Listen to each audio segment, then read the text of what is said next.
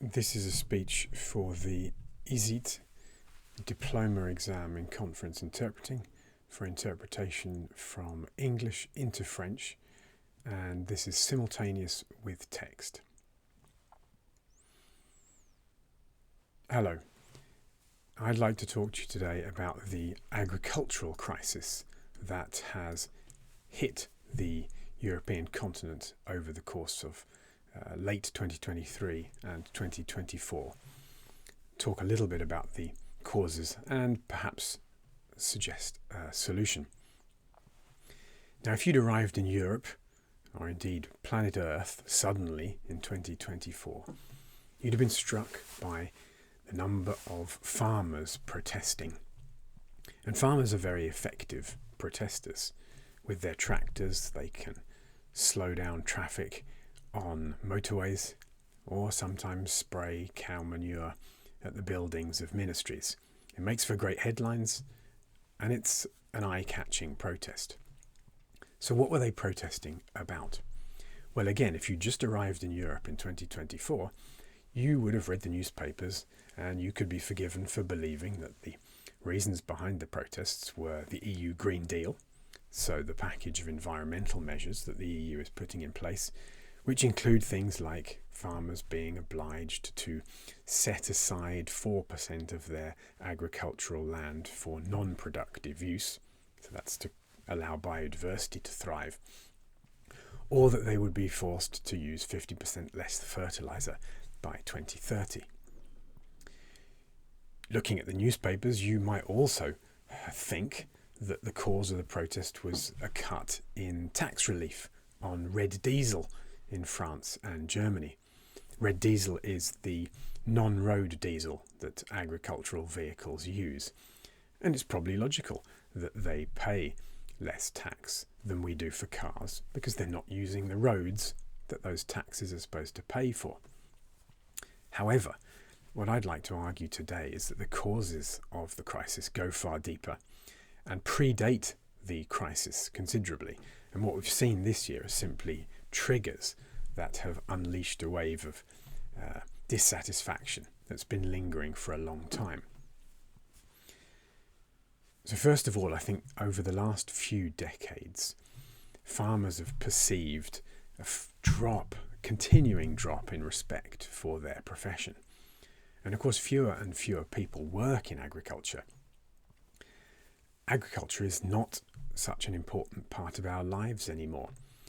I mean, let me just remind you that the reason we have school holidays in August is so that the children can go out and help harvest the fields. And of course, that's no longer necessary. We now spend only 10% of our disposable income on food, whereas in the past it's been 25 and 30%. So agriculture is a smaller part of our lives. And at the same time, over the last few years, the environment has been playing a more important role. And indeed, the environmentalists have been winning the battle for hearts and minds over the farmers, something that farmers find particularly annoying because they consider themselves the stewards of the land. They work the land, they protect the land in their own way. But let me give you an example of how they've been losing this battle.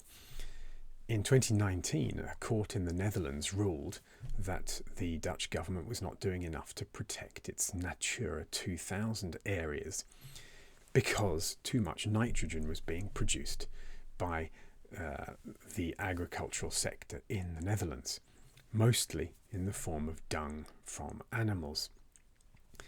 Now, that ruling didn't immediately make sense to people, but it soon became clear that the only way that the government could apply the ruling and comply with it was by forcing farmers to have fewer animals in order to reduce nitrogen emissions that those animals created. So there were protests back in 2019 and 2020 in the Netherlands already. The agricultural crisis is also a result of geopolitics. We have the war in Ukraine and Brexit, both of which impact agriculture in one way or another. And then two big factors that have been hitting agriculture for a long time. the contracts that farmers have to sign with supermarkets. Farmers pretty much have to sell their produce to big supermarkets these days, and the supermarkets are being accused of abusing their dominant position to offer farmers low prices, in some cases lower than the price of production. In the last 18 months, where we've had rampant inflation, the supermarkets have also been accused of putting prices up for consumers but not passing that extra money on to farmers. And then lastly, we have the question of global free trade. We don't live in a world where all regulation and legislation is the same. And that's why, for example, most of our soft fruit comes from China, because labour laws there are different, labour is cheaper. And why our soya comes from Brazil, because in Brazil they can use more pesticides, so their soya is cheaper. The agricultural playing field is not a level playing field. And I'm going to come back to price because that's really crucial. But let me first of all, just to back up what I'm saying about the complex causes of the agricultural crisis, read to you from a report by the Oxford Farming Conference. And now I distributed the document earlier, and if you could just turn to page 1, I will read now. Is our UK food supply chain broken? Executive summary. The UK food supply chain is broken, and responsibility sits solely with the retailers. This is a headline much peddled over the last 5 years, but it fundamentally ignores the fact that there are other participants in the industry: farmers, growers, governmental bodies, and NGOs. They have all played a role, to a greater or lesser extent, in bringing us to this current position. Between July and September 2023, I spoke with figures from across the industry, including farmers, growers, packers, technical experts from many different sectors. Overall, the answer is unclear. For some, it seems that it's the end of the road. Glass houses are being closed and orchards are being grubbed up. Increasingly, farmers are leaving the sector and using the land for non-agricultural uses because they simply cannot afford to continue subsidising the cheap food that the UK consumer has been used to. Over the past 4 to 5 years, the sector has experienced significant shocks.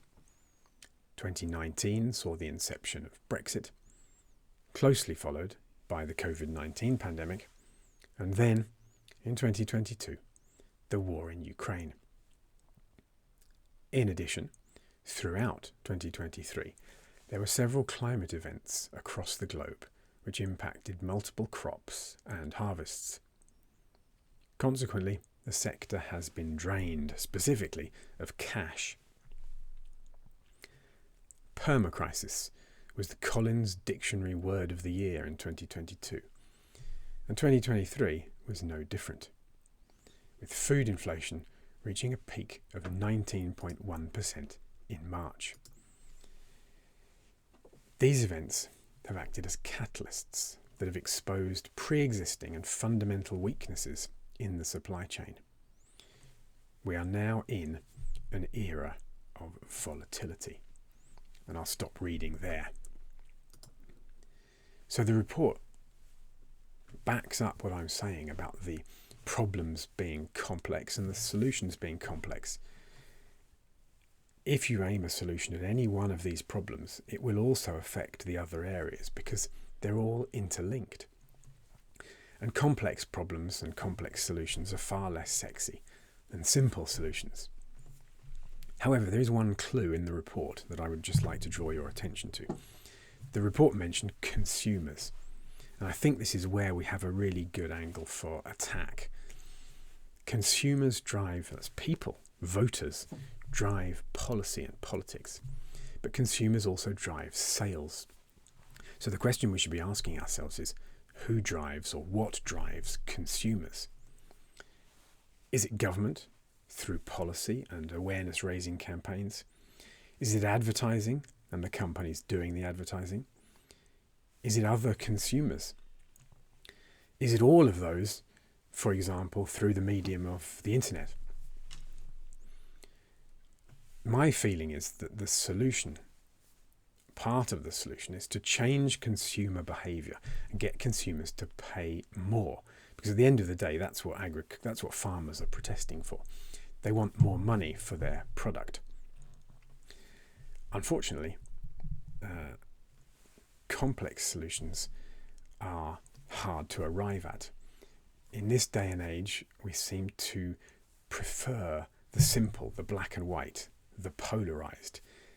That goes for politics as it does for advertising. And those of us, I fear, those of us who are trying to convince consumers to pay more may find ourselves ploughing a lonely furrow.